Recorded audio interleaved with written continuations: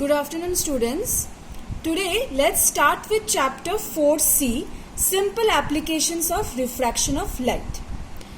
Let us first consider, we are taking a coin. Okay, it's placed in a vessel filled with water. Okay, now this is here, this is water, right?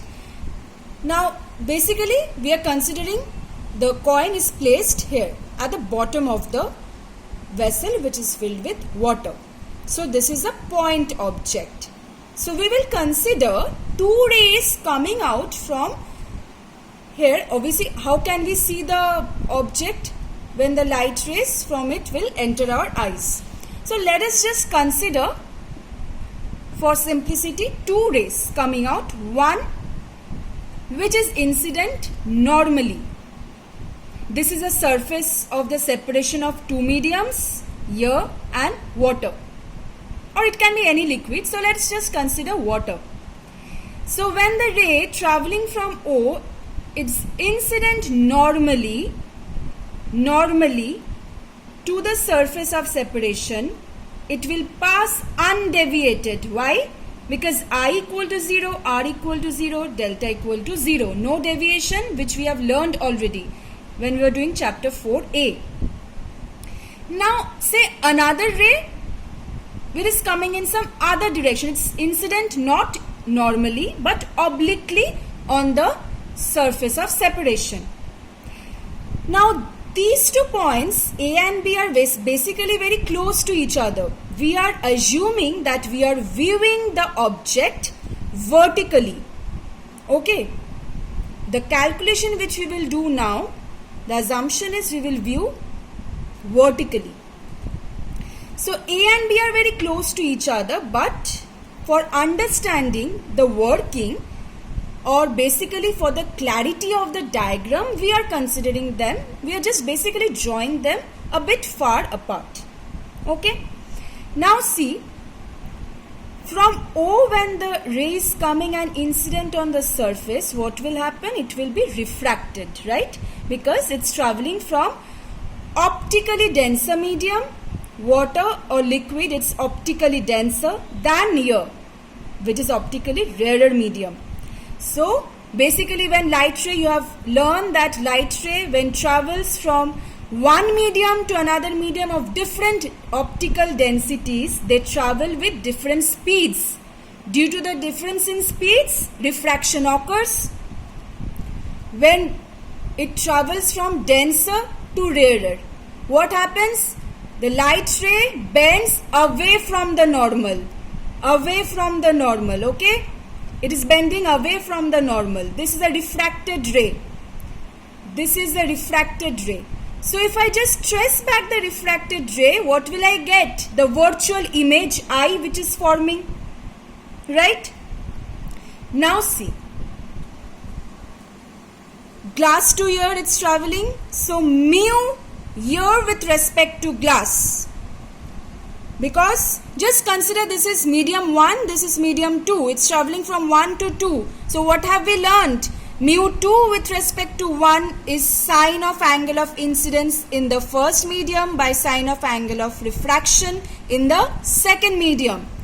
Sin I by sin R. So let us leave it here now for the time being. Now consider triangle BOA. BOA. This triangle. Sin I, what is sin I? Sin I is altitude by hypotenuse. Altitude is AB by hypotenuse is BO. It's a right angle triangle, obviously. This is 90 degree. Again see this triangle, the smaller one, BAI, this one. Sin R is equal to altitude by hypotenuse, BI, right? Now one thing, notice, why am I writing I here and also I here? Because parallel line this is a transversal, alternate angles equal. Why am I writing R here and R here also?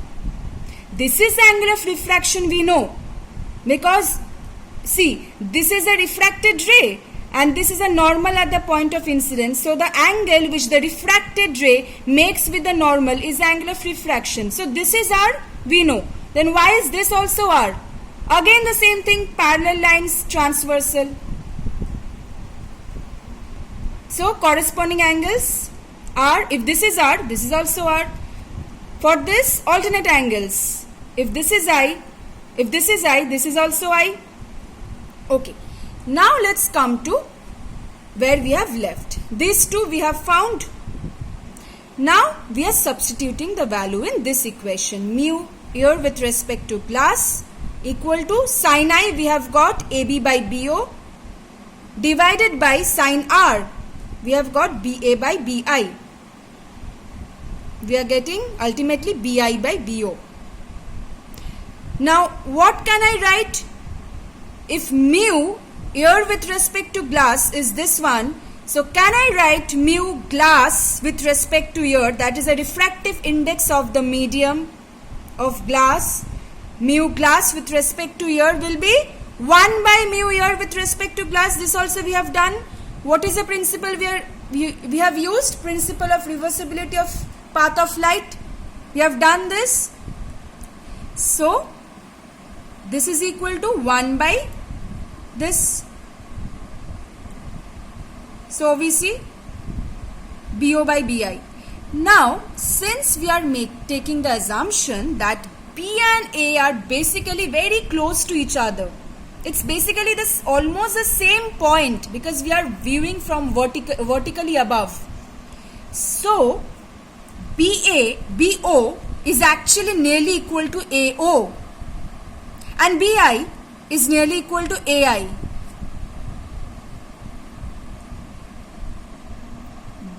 BO is equal to AO if B and A are coincides, and BI is equal to AI again if B and A coincides, right?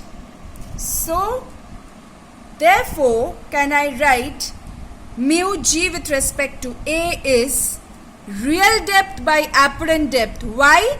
Because AO is a real depth. See the diagram.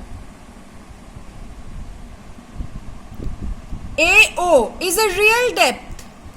It's the depth at which the coin is actually placed. And what is the apparent depth?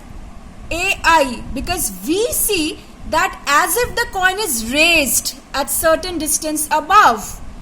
It's not the real depth of the coin. It's the apparent depth. It seems to us that the coin is being raised above due to refraction. So mu G with respect to A is real depth by apparent depth. So this is true for any medium, that means the refractive index of any medium with respect to here is equal to real depth by apparent depth. Okay. So basically if you have say mu G with respect to A is say 3 by 2, that means can I write real depth by apparent depth is equal to 3 by 2 then? So can I write then apparent depth is equal to real depth by mu MA? So apparent depth is equal to 2 by 3. That means we are viewing, say the coin is at certain distance, or say what say a swimming pool you have.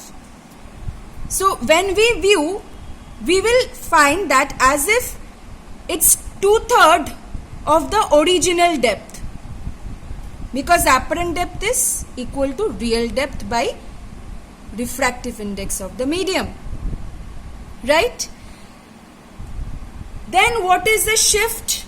Shift means how much has the actual basically how much has been the, if it's a coin then how much has been the coin be raised, okay? Or if it's any object, say if we are when we find whatever depth we find of the swimming pools, the swimming pools are actually much deeper than it appears, because we actually see the apparent depth of the swimming pools due to diffraction. Okay, so then what is the shift? Shift will be real depth minus apparent depth. So real depth minus, in place of apparent depth, if I substitute this value, I'm just substituting the value, shift is equal to, I'm taking real depth common from here, 1 minus 1 by mu m with respect to A.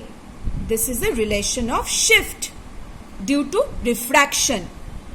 So this shift depends on few factors like refractive index of the medium.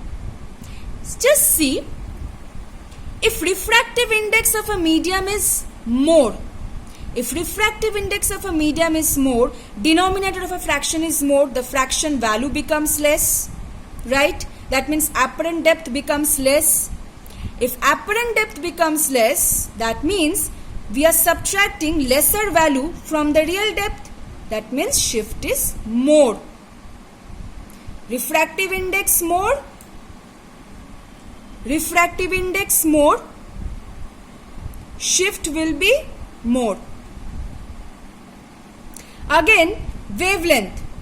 Wavelength is inversely proportional to this refractive index. So, refractive index more means wavelength is less and shift is more. So, basically shift increases with the decrease in wavelength.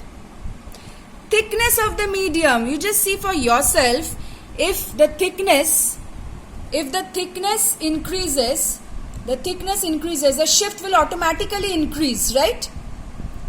Just try drawing the diagram yourself by increasing the thickness and see what you are getting.